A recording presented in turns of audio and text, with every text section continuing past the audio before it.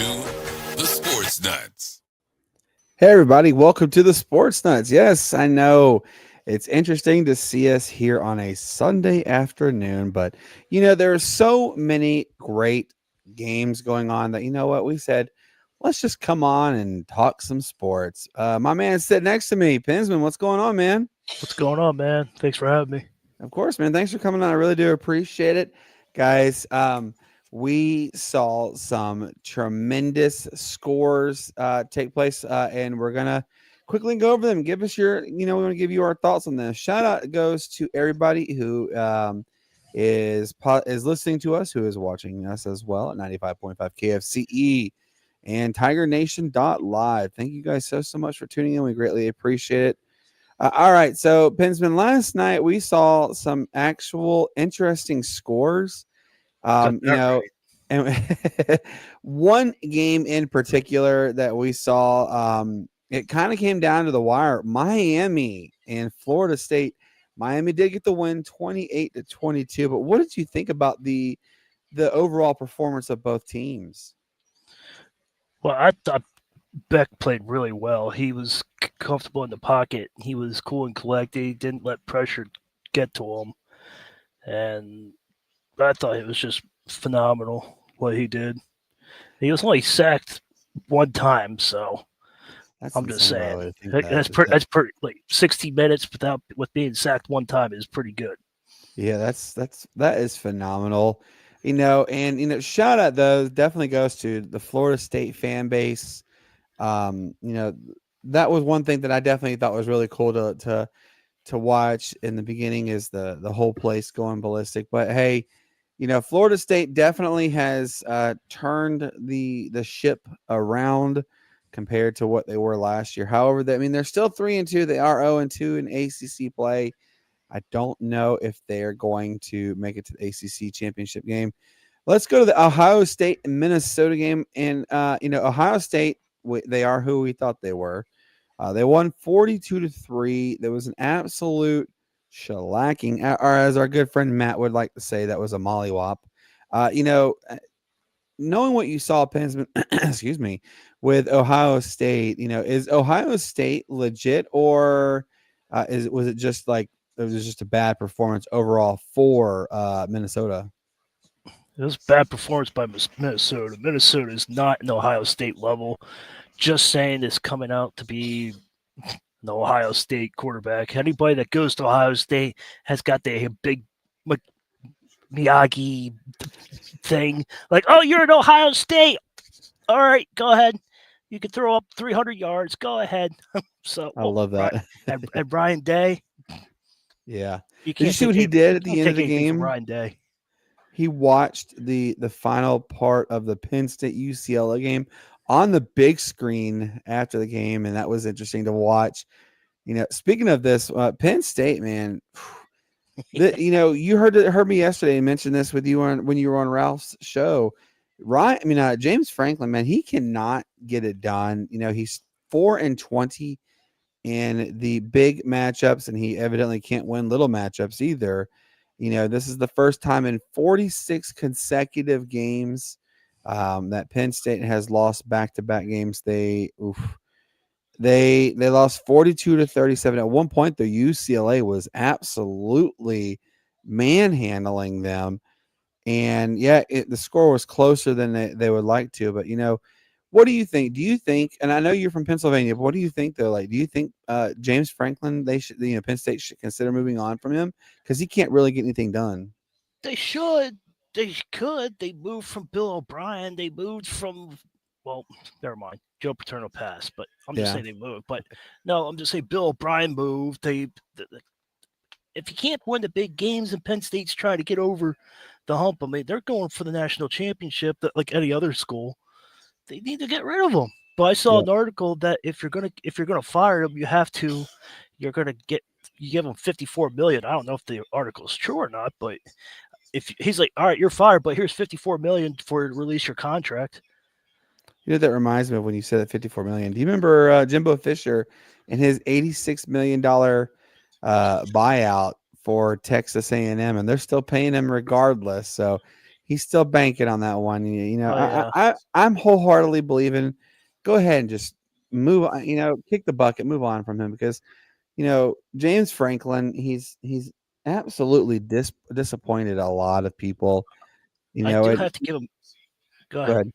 No, go I ahead. do have to give him. I do have to give him credit though. They outscored UCLA out in the second half. It's this, the only thing that hurt them was not scoring in the second quarter. They had 17 points in the second quarter. UCLA did, and Penn State had none. That's what hurt them. Yep, So, absolutely, it did. It but really if you did. don't But score, you you can't can't do win. anything. Yeah.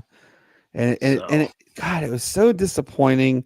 I mean, look, UCLA is they are absolutely having a an abysmal form of a season. They fired that coach, but did you see Rick Neuheisel's son get carried off the field after that win? That was pretty. That was pretty cool for him. Congratulations to Rick Neuheisel's son. Rick Neuheisel was the former legend at UCLA, and now his son got the opportunity to win the game for them. And that's a pretty cool moment.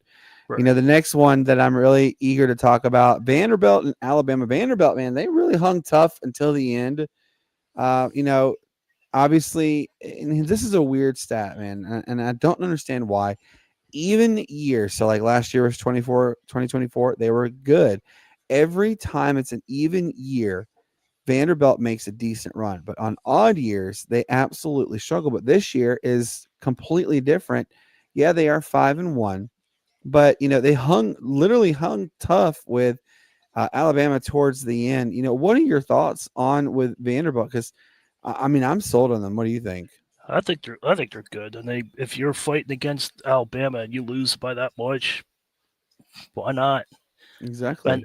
And I heard a stat on Friday that Vanderbilt was good back to when Luke Gehrig and Joe DiMaggio were playing. That's when they Mhm. were really, really good, and they haven't been this good since those two players played. So Yeah, that's going way back. they said it was like had they gone 6-0, it would have been the That's what first I'm time talking about. they'd been Yeah, 6-0 since the 20s. yeah, that's what I'm talking about. Since Joe DiMaggio and Luke Gehrig were playing, That is insane to think that's about. But you yeah, know, that's incredible though. That but you know, I will long. tell you this: Vanderbilt definitely is not hurting for money. I can assure you that one. I mean, they spent with a No way. $250 million renovation on that stadium. So, but And shout out you got definitely to remember goes the to NIL number too, the money yeah, too. yep, that is true. But definitely, you know, join me with this and saying congratulations to Vanderbilt. Are having an absolutely tremendous season. Really, really proud of them, and I hope that they continue this success. Let's talk about your team, Michigan. They played. Let's They do played. that. Let's do that. They played pretty good against Wisconsin. Obviously, Wisconsin hung tough until the end. Michigan pulled it out by a 14-point win, 24-10. But what did you see that can say that Michigan may give fits for the Big Ten? Their defense stepped up against Wisconsin in the second half. I was scared because they were that close at halftime, and I was on the phone with one of my friends that we both know, and he said that they need to step it up in the second half. And Bryce Underwood, he took off. Defense stepped up. Haynes took off. I mean, everybody went to like another gear and shifted gears, and like, all right, we're not playing around anymore. But that defense is really a threat to be not be taken. Yeah, I was really honestly, I'm telling you, I was really impressed. You know, because you know people are talking about that Michigan was going to take a big step back, and so far they haven't. Nah, they're 4-1, so Yeah, I'm really impressed with the overall playing performance by them, and I think that Ohio State. I mean, heck, I would even go to say on a limb that Oregon may have to kind of watch out just a little bit. That defense is starting to become a force to be reckoned with. I So, know congratulations. I know Oregon just beat Penn State last week, but they had to go into overtime. And Yep. Michigan is handling everybody. The only problem they had was against Oklahoma, and they beat themselves on that game. Yeah, absolutely, they did. But again, though, Michigan, man, they're stepping up the right time. They're going to get hot at the right time. This will be it. This is the move right here. Let's look at another ACC. Let's look at an ACC opponent, Virginia. They won in overtime against Louisville. Virginia is, man, this is unbelievable. This is the Right. They're 5-1. They're 3-0 in ACC play. I think it's the first time since 2007 that Virginia is this good. Like, do you personally think that Virginia could make it to the ACC title game? No, not with. No, I don't think they can. They can make a run, but I think they're going to come up short of making a title run. Yeah, I can see it. But, again, we got to tip our caps definitely, though. I mean, this is what we're going to give them credit where it's due, but I'm just saying they're going to come up short. Oh, yeah. And then let's look at the little schools. I mean, dude, the little schools are, and I'm saying Virginia's a little school because they haven't been relevant since 2007. That is a extremely long time. We're almost 20 years since they were a legit team to watch. And I'm really excited for them because the future looks bright. Their coach is definitely doing the right things. He's going to continue to build on the level of success. I'm really excited for what's going to take place with a lot of smaller schools. The smaller schools, people are saying, oh, you got, big boys and whatever, they're handling their business. But you know what, though? The little ones, they're here to play and they're giving their all. And I'm really excited for the little schools. I'm a big component of smaller schools. I've always been. Of course, my school is a small school, University of Hawaii. So I cheer on the small schools. Yeah, and you're going to be mad at me who I think is going to win the ACC, and I think Pittsburgh's going to win it. Well, I'm actually going to agree with you because Pitt looked like they looked darn near unstoppable. That was a freshman college. That's a freshman quarterback. They look legit, and I'm telling you now, teams who have to face them kind of better be shaking them boots just a little bit, because right. Pitt's, I think the last time the Pitt was really good was Larry Fitzgerald's era, right? I think so. It's been a while. So. Yeah, no. But let's look at the next one. Clemson, they finally got back into the winning ways. However, here's the question that I'm going to ask you. Yes. Good Belichick. Gosh, they just need to go ahead and just here's your pink slip and have a good day, right? No, I was going to say, I thought you were going to ask me about the Clemson coach. Yes, he needs to be fired. Got to move on. Look, Bill Belichick, there's just too much turmoil with him. And, he's given up more points this season than he's ever done in his entire coaching career. They lost 30 and I just want to point out that the debate is over between who was better between Brady and Belichick. And looking at North Carolina, we kind of figured that Brady won that battle. The Patriots were good because of Brady, not Belichick. Yep. Absolutely. That's that you just took the words right out of my mouth. I agree 1000%. Man, dude, Bill Belichick, I'm sitting here thinking maybe he was going to be good. And Matt even said that after the first game, after the first one for North Carolina, he said maybe people in Atlanta are going to be kicking themselves in their backside because they didn't go after the great quarterback coach, whatever, blah, blah, blah. Well, I can tell you this, after what I've seen, I'm glad Bill Belichick is not on that sidelines for Atlanta, Well, he might be a good defensive coordinator, but head coach, his days are over. Yep, I agree 1000%. There's just so much going on in the wrong way for them, and I'm disappointed with the level of play. How about this? Did you see what happened at halftime? Excuse me.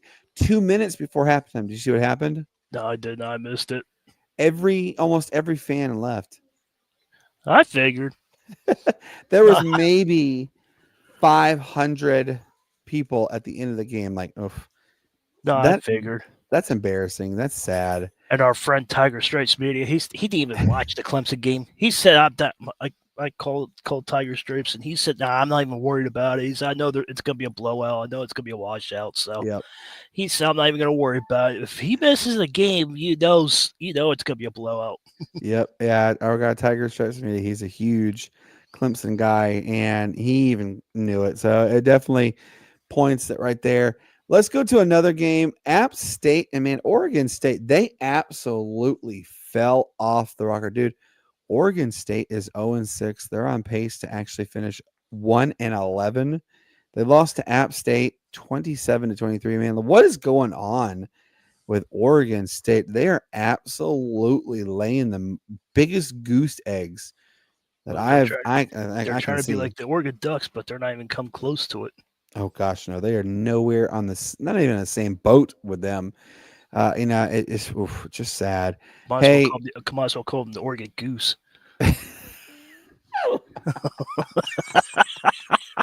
Might as well call them the Oregon Goose. I love it. Oh, I love it. I love it. Oh man, that's awesome. Hey, Oregon State, they were having all this blah blah blah blah. We're the best because we saved the Pac-12. Blah blah blah. You 4-6. You absolutely look like you've never played it down in the game of football, and it's just it's sad. It's a sad situation going on there. Hey, did you see Eastern Michigan and Buffalo's game? How it ended? No, I missed that one. I didn't watch that many because I was watching the Yankees game most of the day, but I was looking through scores. So Eastern Michigan scores in overtime, and so they're down 31-30, and they're going to go for 2 to win. And what happens? The quarterback goes to hand the ball off, and the guy fumbled the ball, and Buffalo recovered. Buffalo wins 31-30. Eastern Michigan is finding any way possible to lose, and they just lost. They're 1-5. Oh, man, it's heartbreaking. Like, what's going on with some of these schools? I mean, look, I'm looking here right now at Northern Illinois and Miami of Ohio. Northern Illinois, man, going from upsetting Notre Dame last year to a 1-4. Now we're looking at Eastern Michigan.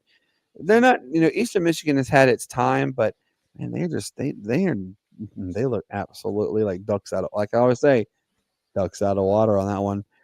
Yep. Hey, did you see yesterday UNLV and Wyoming played? Well, it snowed at Wyoming, which in case people don't know this, Wyoming is a nice 7,000 feet above sea level. So absolutely. And it snowed, and UNLV 5-0, they won 31-17. Now, did you play football when you were growing up? No, I played soccer and basketball, and then when I graduated, I went to bull riding. Oh, nice.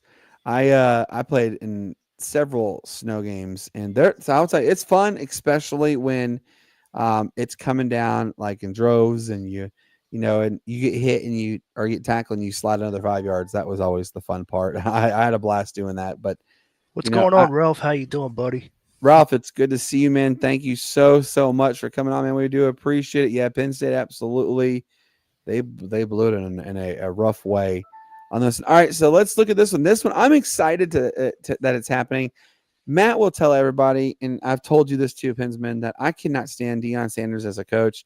Colorado lost bad, 35-21, and I don't know if you had the opportunity to hear Deion Sanders' post-game press conference. Apparently he has more blood clots in his legs and whatnot, and they're talking about the possibility that he is going to go on some more medication, kind of surgery. But what are your thoughts on the whole Colorado situation? They went from decent to now kind of that's because they had Shedeur Sanders last year, and they had Travis Hunter last year. Yep, and now Travis Hunter is he's in Jacksonville, and Shedeur, he's just sitting on the sidelines and getting speeding tickets and whatever. But you got to remember that Colorado's got to rebuild, and Deion Sanders doesn't have his son and his adopted son, Travis Hunter. So you got to think of that. Every school's got to go through the downfall before they go back uphill. It's like a roller coaster. You got to, once somebody graduates, you got to find that other Travis Hunter. You got to find the other Shedeur Sanders. Yep. So that's the problem. If you don't know how to recruit, then you don't know how to recruit. Yep. Look at this one. Yeah, I said it before. I don't say they're overrated. I the only one I think really is overrated is Deion Sanders. I agree with that because he wasn't taught to recruit. He was just taught how to coach. Yep, that's right. And it's just because of it's who I am kind of thing. Right. That's really all it is. Yeah. But I have told this to so many people, even when like last year's situation with Shador, I said I can't stand Colorado. They're too cocky. They're. I remember when Colorado was good in the '90s, and then I remember when they were absolutely abysmal. And Deion Sanders was playing football in the '90s. Yep, So that's right. That's what I'm talking about. Like, you gotta be taught to recruit. You gotta be taught how to get that next player out.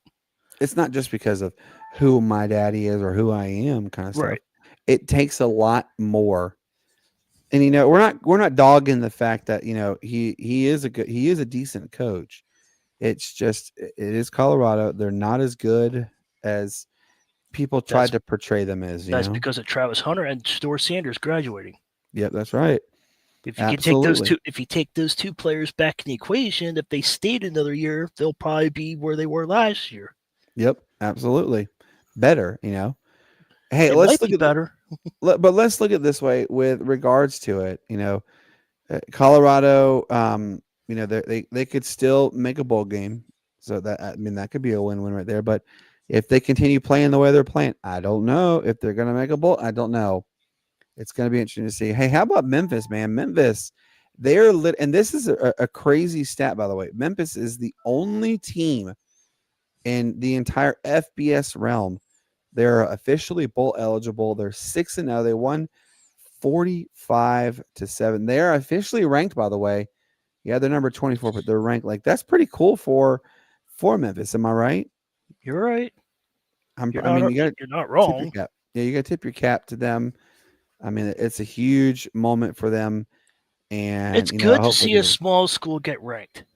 Amen to that. Can I get another amen? Come on, people. You're always seeing Michigan, and I'm a Michigan fan, but you're always used to Michigan, Ohio, Alabama, Penn State, this. But Buffalo comes in and be like, look at me now. Yep, exactly. And so excited to see small schools finally getting there. Hey, let's talk about some NFL scores. Did you happen to look? Can I say something quick? Yeah, go ahead. Baltimore Ravens are getting smashed, everybody. Baltimore's getting smashed.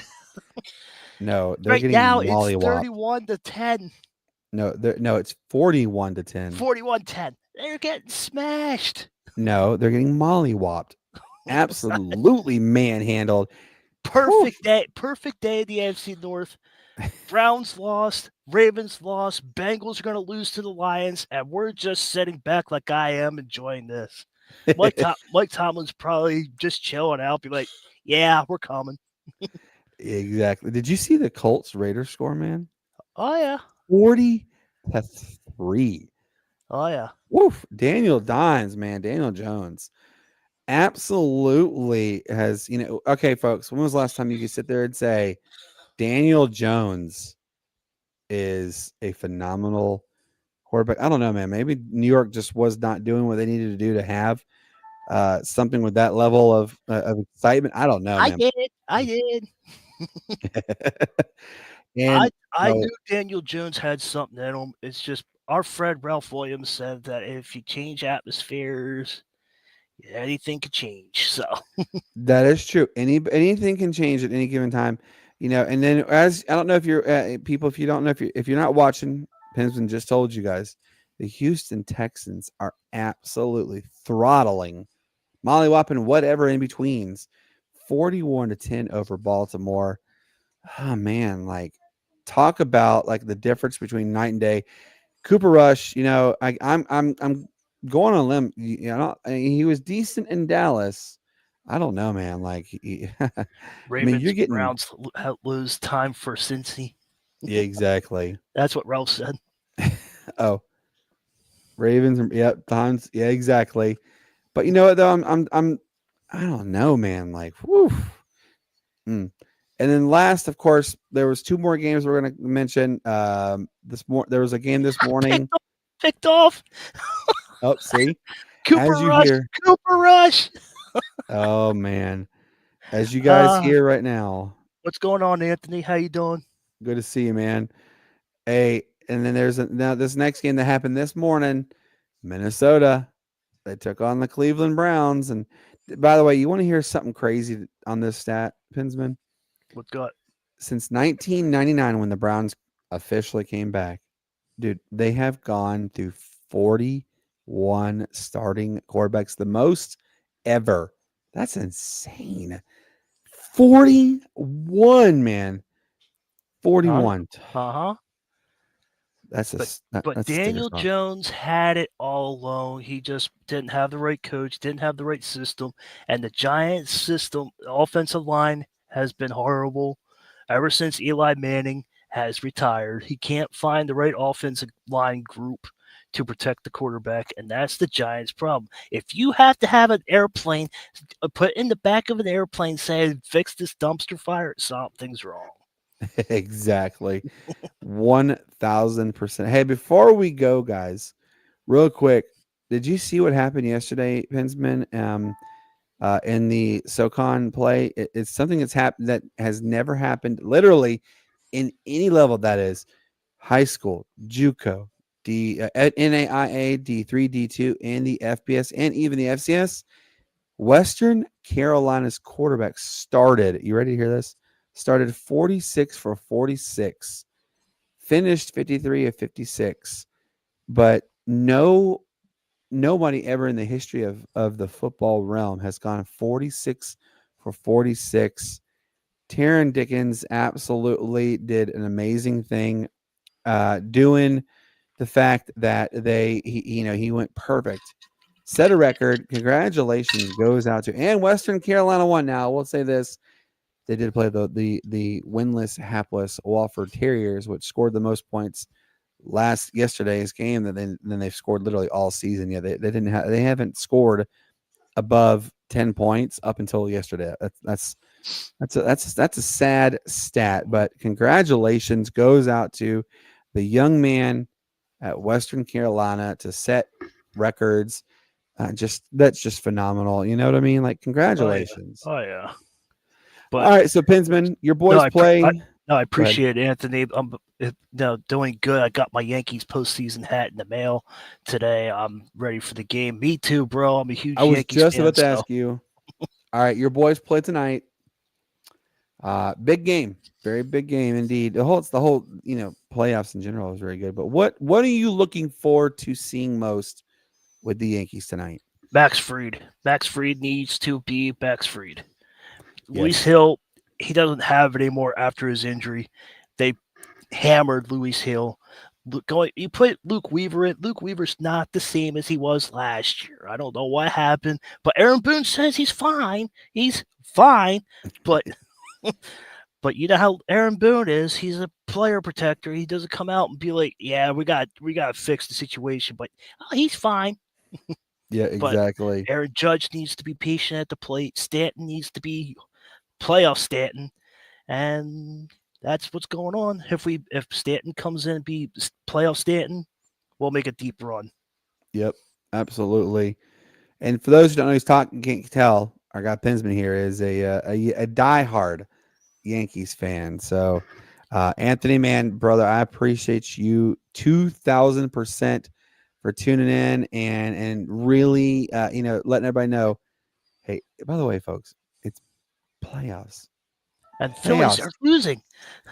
I mean, okay, that's a good day right there. When you hear when you just said what you said, I said, thank goodness to hear that. I love that sound when I hear the Phillies losing. And you know, Pinsman, we laughed earlier. The New York Metropolitans with their $340 million paid TV subscription to watch the playoffs. Are you at home? Are you watching the Texans and Ravens game? No, I had it over here on the Eagles and the Browns. What's going on? You missed CJ Stroud. He was tackled and he got thrown on the ground and still made the completion. Really?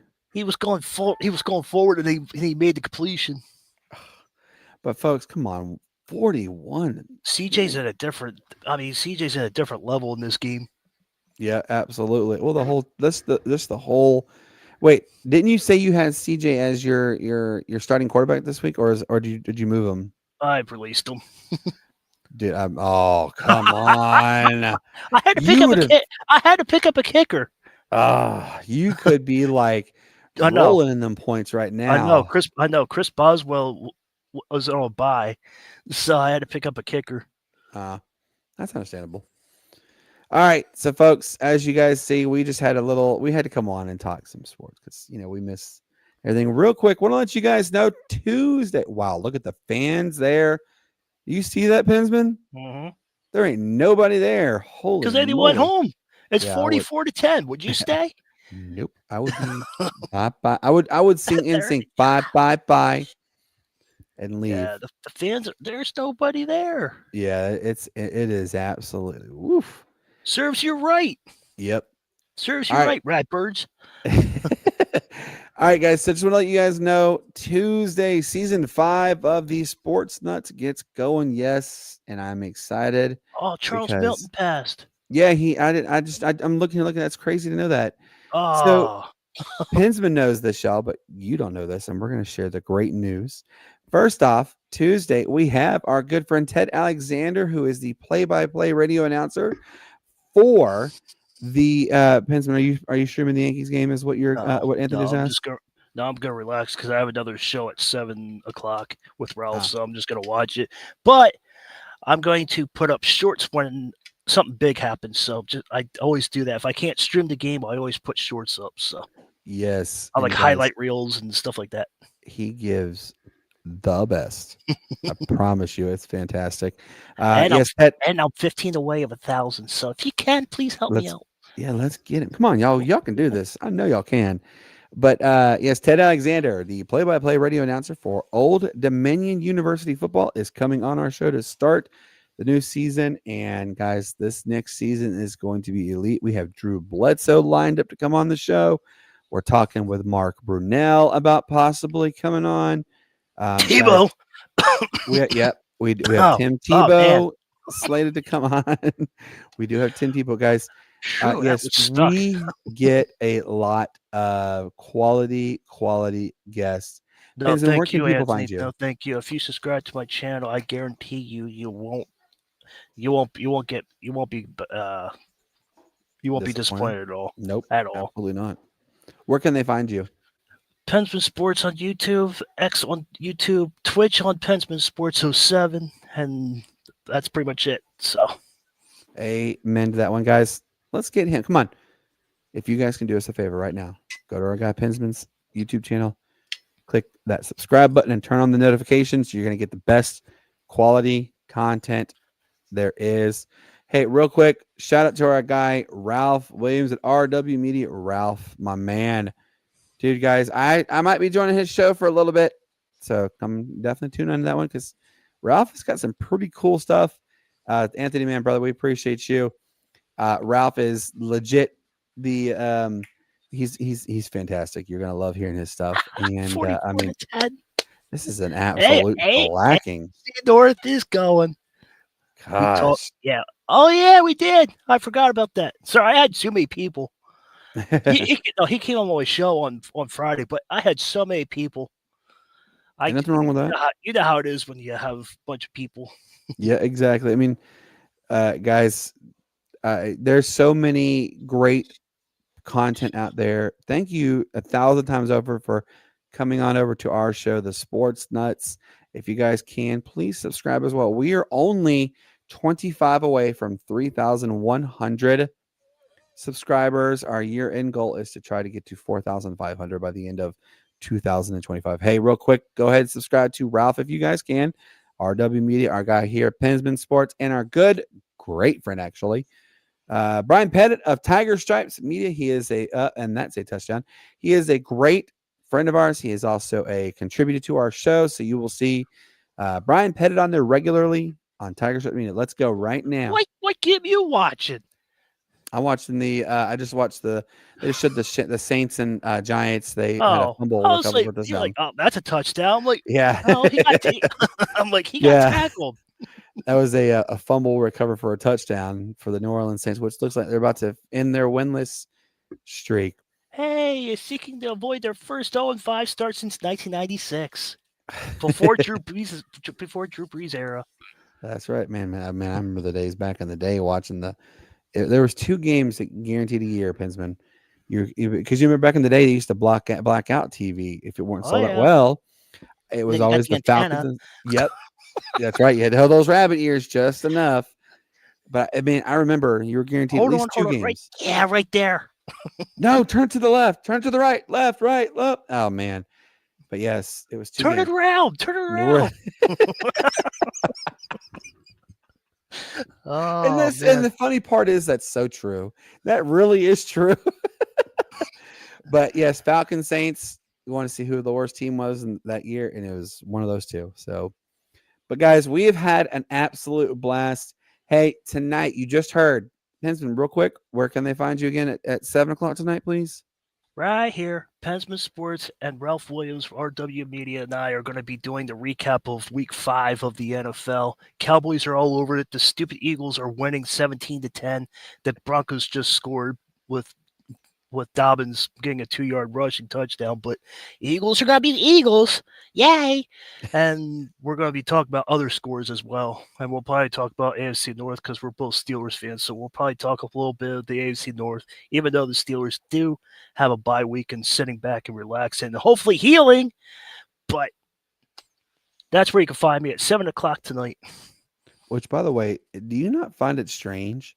There's a bye week at week 5 of the NFL. That's a little too early for my liking, especially for the Steelers. It's so bizarre. I literally just told Matt this the other day. I said, dude, it's so weird. There's a bye week, and we've just played not even a full quarter of the first part of the season. Well, the Steelers did have to. They just came back from Ireland, so yeah, that's right. That's true. So they need that bye week to recover and get back to the time zone. Yeah, that's true. So that worked out well for them. But I'm just saying Week 5 is a little bit early for NFL, but I'm talking for the Steelers and get used to the time zone again and to get back in the swing of things in the States. This is a perfect time, but it's way too early for bye.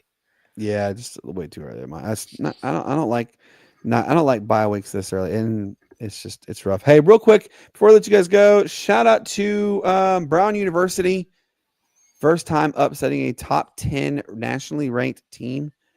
You ready to hear this? Since 1981, they upset number 10 ranked Rhode Island. Whew, guys, we have had an absolute blast. Thank you to everybody who tuned in. Thank you for everybody who watched. Remember, we will be back with you. Me, Matt, Shane, and Brian Pettit of Tiger Shots Media. We will be back with you on Tuesday, and it's going to be fun. We cannot wait. Penzin, what are your final words to everybody, sir? Tuesday night, 7:00, Penguins play the Rangers. Tuesday, the Yankees play the Toronto Blue Jays. We'll see what happens in that series. Hopefully they go back to New York as a split series with Max Fried pitching at about half hour. But a lot of good things are coming up. I'll get you more content. So thank you, Penguins, for coming on the air. So I got more things to talk about besides that. And thank goodness the summer is over because it was a boring summer without football and hockey. So all I did was talk about the Yankees, and I had a bad summer with the Yankees, but they redeemed themselves in the fall. Yep, absolutely. But by the way, folks, and Anthony knows exactly what I'm talking about. If he's But I will tell you this, folks. Amen. Hockey starts on Tuesday. Thank goodness. Oh, I'm so excited. Sidney Crosby's going to go for another MVP. Hopefully he gets that 580 goals this year. My Lightning start. Oh. Uh-huh. I'm excited. Man, I mean, come on, people. This is the first year that you and I get to argue at hockey. But, you're right. You know this, Bensman. Finally, sports are back. They're in the thick of things. I mean, we're going to have football, hockey, baseball, soccer. Literally every sport there is going to be on at the exact time. I love it. Anthony, brother, we appreciate you. Ralph, everybody for tuning in. Thank you guys so much. Until then, as I always tell you, peace up, A-Town down. Why it's the greatest sports city there ever was. You guys have a wonderful, wonderful rest of your evening, and we'll see you on Tuesday. Goodbye.